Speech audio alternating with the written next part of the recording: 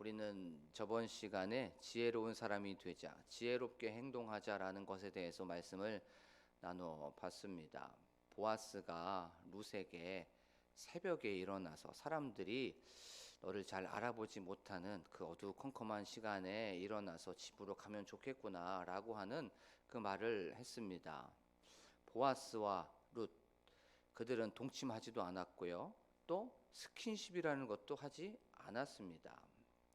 룻의 그 행동은 떳떳한 행동이었고 또 당당한 행동이었습니다. 조금 더 부끄러운 행동이 아니었어요. 마찬가지로 보아스도 동일했습니다. 하지만 보아스는 룻과 또 본인의 그 명성이나 또 그 이름에 누가 될까봐 함부로 행동하지 않고 또 그것을 사람들과 함께 있었을 때에 스캔들이 일어나지 않도록 굉장히 조심하고 또 지혜롭게 행동하고 또 지혜롭게 판단하는 것을 알게 되었어요. 그리고 또 이제 조금 있으면 기업 물을 자를 선정하게 됩니다. 그 기업 물을 자를 선정하게 되었을 때에 룻과 보아스가 함께 있었다는 것을 알게 되면 저 사람들 그 전에 작당 모의했구만. 이미 답은 정해져 있네. 라고 하면서 그런 어떤 우려나 그런 기업 물을 자를 선정했을 때에 대한 어려움들을 해결하기 위하여서 지혜롭게 판단하고 또 지혜롭게 행동했다는 것을 알 수가 있었어요. 그들은 어떤 자유가 있었고 자기가 하는 행동에 대하여서 조금 떳떳할 수 있었습니다. 또 그것에 대하여서 당당할 수 있었습니다. 하지만 그것을 뒤로하고 나에게 자유가 있었지만 이것들을 뒤로하고 지혜롭게 판단하고 지혜롭게 선택하는 것을 알 수가 있었어요. 우리의 삶도 똑같습니다. 내가 어떤 하는 행동이 떳떳할 수도 있고 또 당당할 수도 있어요. 또 부끄럽지 않을 수 있습니다. 그것을 통해서 내 마음대로 할 수 있지만 이것이 그 사람에게 오해를 살 수도 있을 거고 또 이것을 통해서 잘못된 스캔들이 날 수도 있기 때문에 내가 하는 말, 내가 하는 행동, 내가 하는 이 모든 것들을 할 수 있지만 자유가 있지만 이것을 지혜롭게 생각해야 된다는 것에 대하여서 나눠봤습니다. 그것을 통해서 그러면 우리가 어떻게 살아가야 되느냐? 바로 생각하기. 바로 내가 하는 행동에 대하여서 내가 말하는 것에 대해서 끊임없이 우리는 생각해야 된다는 것. 그러면 우리가 지혜롭게 판단할 수 있고 지혜롭게 행동할 수 있다는 것에 대해서 나눠봤죠. 하지만 우리가 생각하고 말하고 생각하고 행동한다고 해서 어떤 사람을 오해하지 않게 하는 건 또 있을 수가 없어요. 또 우리는 끊임없이 오해를 살 수밖에 없습니다. 그러면 어떻게 해야 됩니까? 기도하는 거죠. 하나님, 저 사람의 눈을 가려주시고 저 사람의 어떤 귀를 가려주셔서 하나님, 저 사람이 오해하지 않도록 막아주시옵소서 기도하는 것을 우리가 나눠봤습니다. 오늘은 빈손이라는 그 제목을 가지고 또 오늘 하루를 우리가 또 어떻게 살아가야 돼야 되는지 또 하나님께서는 우리에게 어떻게 말씀하여 주시는지에 대해서 말씀을 좀 살펴보도록 하겠습니다. 이제 오늘 말씀에 보면 이제 보아스는 룻에게 얘기합니다. 너 겉옷 있지? 그것을 가져오라고 얘기를 하게 됩니다. 그리고 나서 그 룻은 겉옷을 가지고 오게 되죠. 그리고 그 겉옷을 펼치라고 얘기를 하게 됩니다. 그리고 나서 그 겉옷을 펼친 그 위에 보아스는 보리 6대를 거기에다가 부어주게 되죠.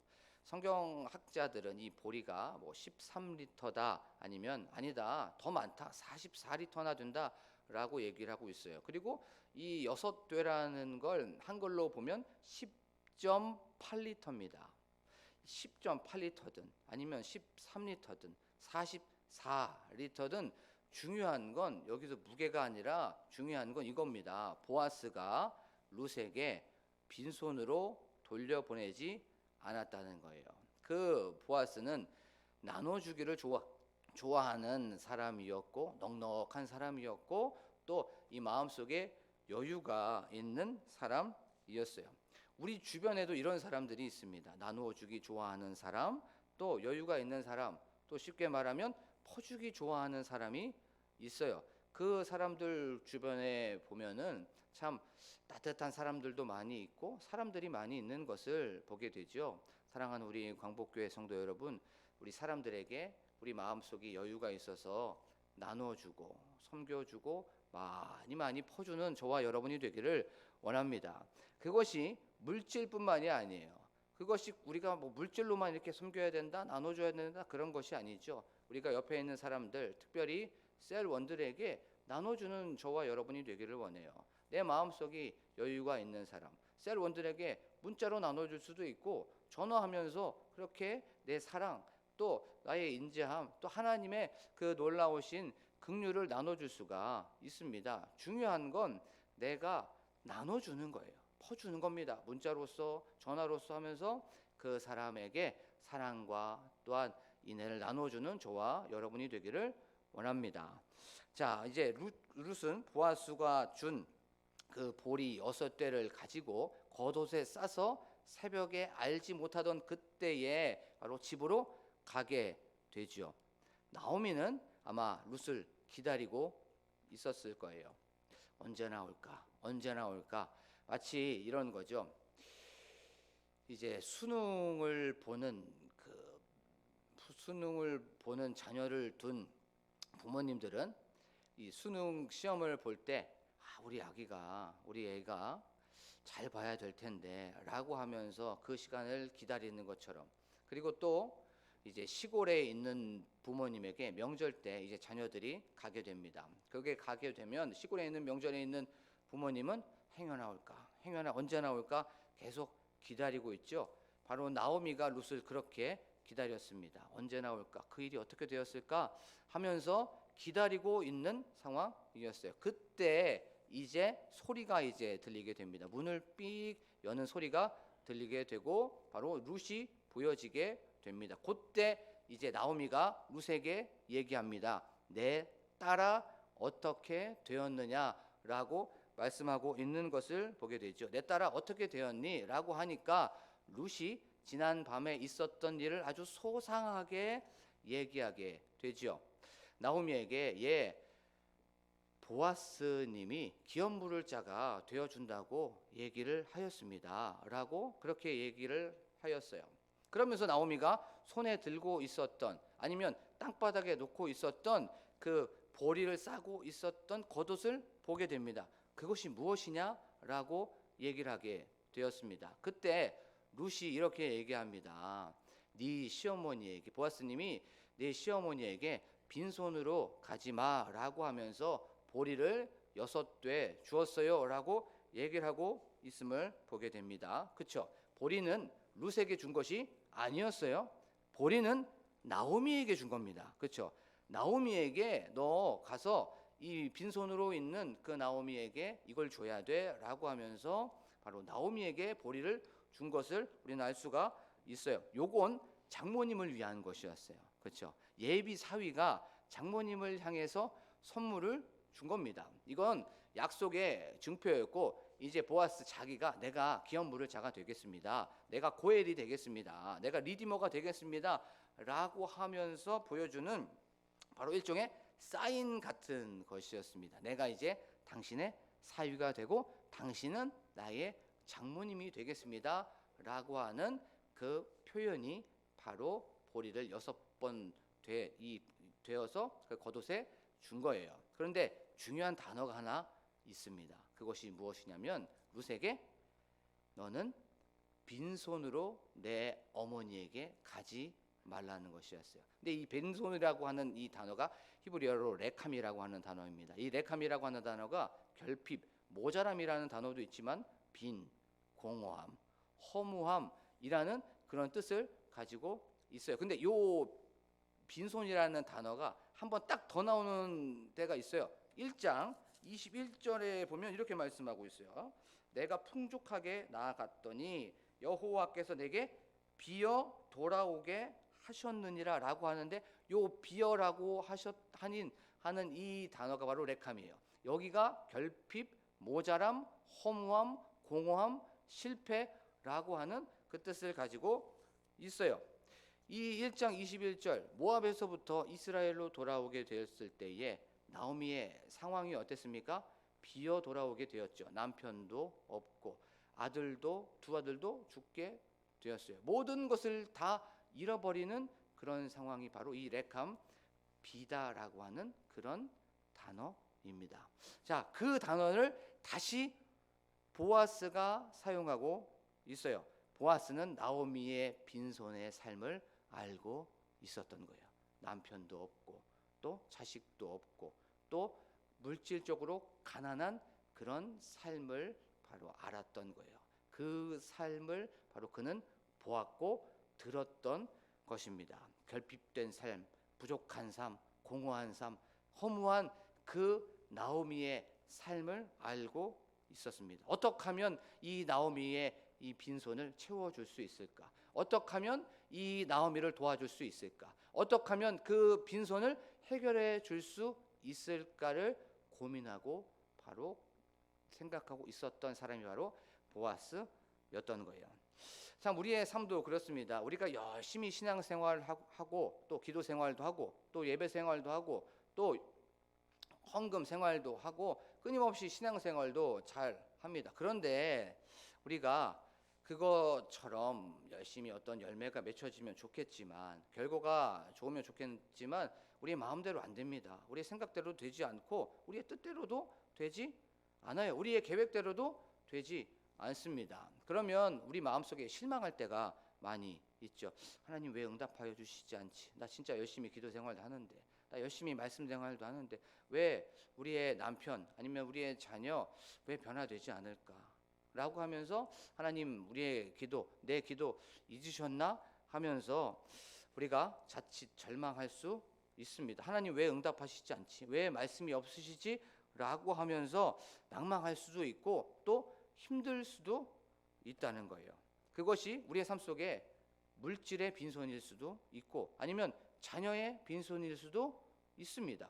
아니면 우리의 어떤 육체적인 건강의 빈손일 수도 있어요. 이것 때문에 어쩔 때는 막 눈물이 날 때도 있고 또 어쩔 때는 또 슬플 때도 있습니다. 고달플 때도 있다는 거예요. 이런 상황 속에서 오늘 성경은 말씀하여 주십니다. 하나님께서 우리의 상황, 우리의 형편, 우리의 처지 이 모든 것들을 보시고 이 모든 것들을 들으시고 우리의 이 모든 것들을 아시는 그 하나님이라는 것을 알면서 나아가는 저와 여러분이 되기를 원합니다. 우리의 아픈 마음, 우리의 아픈 상황, 우리의 아픈 환경, 우리의 형편을 다 보시고 들으시고 아신다는 것을 기억하면서 나아가는 저와 여러분이 되기를 원합니다. 하나님께서 분명히 이렇게 말씀하실 거예요. 조금만 참아, 조금만 버텨, 조금만 견뎌 이렇게 우리에게 응원하고 계시는 줄로 믿습니다. 우리가 정상적인 부모 또 사랑하는 자녀를 두고 계시는 그 상식적인 부모는 아이가 어떤 고통스러워하고 있을 때 그것이 뭐 공부를든지 아니면 일상 속에서 살아가는 어떤 애로사항 때문에든지 아니면 육체적인 아픔 때문에든지 그 아픔이 있다면 그 부모는 같이 힘들어합니다. 조금만 참아야 돼, 조금만 견뎌야 돼, 조금만 버티면 돼 라고 하면서 그렇게 응원해 나아가고 있죠. 왜냐하면 그것을 지나가야 되기 때문에 그렇죠. 그것을 견디고 그것을 버텨야 성장하고 성숙이 되기 때문에 그렇습니다. 자, 부모는 그렇게 끊임없이 응원하고 있어요. 관심과 애정과 사랑을 가지고 부모 또한 견디고 참고 버티고 있습니다. 예를 한번 들어볼게요. 출애굽기 3장 7절에 보면 이렇게 말씀하고 있어요. 여호와께서 내가 애굽에 있는 내 백성의 고통을 분명히 보고 그들의 감독자로 말미암아 부르짖음을 듣고 그 근심을 알고라고 성경은 분명히 말씀하고 있어요. 이스라엘 백성들이 이제 이집트 사람들에게 고통을 받고 있었던 거예요. 근데 하나님께서 그것을 보고 듣고 아신다고 분명히 성경은 말씀하고 있는 것을 보게 됩니다. 그들의 고난, 그들의 고통, 그들의 시련, 그들의 부르짖음, 그들의 기도, 그들의 탄식 이 모든 것들을 하나님께서는 알고 계신다는 거예요. 하나님은 먼 나라의 하나님이 아닙니다. 저기 있는 하나님이 아니에요. 지금 여기에서 우리와 함께 계셔서 우리의 고통, 우리의 시련, 우리의 이 고난을 보고 계시고 듣고 계시고 알고 계신다는 거예요. 사랑하는 우리 광복교회 성도 여러분, 우리의 빈손을 하나님께서는 보시고 알고 듣고 계신다는 것을 기억하면서 나아가는 저와 여러분이 되기를 원합니다. 자, 그런데 듣고 알고 그것을 보시고만 계시는 그 하나님이 아니에요. 자, 이제 봅시다. 보아스가 이제 룻을 향해서 무엇을 주었죠? 보리 6대를 주었어요. 그렇죠? 나오미에게 빈손으로 가지 말라고 합니다. 나오미의 고통, 나오미의 결핍, 나오미의 그 고난, 나오미의 빈손을 알고 있었고 보고 있었고 듣고 있었어요. 하지만 거기에 머물지 않습니다. 보아스는 그것을 해결해 주기 위하여서 보리 6대로 채워주고 있는 것을 보게 됩니다. 내가 그 빈손, 내가 너의 그 결핍, 내가 너의 그 허무 다 알고 있어. 그거 내가 알고 있지만 그것으로 끝나지 않아. 나는 채워줄 거고 그것을 해결해 줄 거고 그 모든 것들을 다 공급하여 줄 거야 라고 하면서 보리 6대를 보내주고 있는 것을 보게 되죠. 자, 보아스는 그런 능력이 되는 사람이었고 그런 실력이 있는 사람이었습니다. 실제로 보아스는 나오미의 그 빈손을 채워줬다는 것을 알 수가 있죠. 우리는 보아스가 룻과 결혼하게 되어서 가문을 회복시켜 주었고 또 자녀를 회복시켜 주었고 또 가난도 회복시켜 주었다는 것을 알 수가 있습니다. 이건 보고 듣고 아는 것으로 끝나지 않고 채워주었고 공급하여 주었고 해결해 주었다는 거예요. 우리의 하나님께서는 우리의 빈손을, 우리의 고통, 우리의 탄식, 우리의 허무함, 우리의 결핍을 보시고 그것을 거기에서 마무리만 짓고 그거를 듣고만 계시는 분이 아니라는 거예요. 바로 우리의 빈손을 채워주시고 해결하여 주시고 공급하여 주시는 줄로 믿습니다. 완전하게 채워줄 수 있는 오직 한 분은 바로 여호와 하나님이라는 거예요. 우리의 정신적인 부분, 우리의 정서적인 부분, 우리의 육체적인 부분, 우리의 물질적인 부분도 하나님 아버지께서 채워주시고 공급하여 주시고 해결하여 주시는 줄로 믿습니다. 물론 세상에서 어느 정도 채울 수 있어요. 하지만 채우면 채울수록 더 공허해지고 더 결핍되어지는 것이 세상으로부터 채우는 겁니다. 예를 들면 우리가 바닷가에 한번 가보십시오. 바닷물이 너무나도 많이 있죠. 그런데 우리가 갈증이 난다고 바닷물 먹지 않습니다. 왜냐하면 갈증이 난다고 바닷물 마시면 그때는 잠시 그 갈증 해소될 수 있을 수 있어요. 하지만 나중에 되면 더욱더 갈증이 일어나는 것을 알 수가 있죠. 세상의 것으로 채우면 더 결핍되어지고 더 공허해집니다. 하지만 하나님께서 우리를 채워주신다면 완벽하게 이 모든 것들을 바로 우리에게 공급하여 주시고 해결하여 주시는 줄로 믿습니다.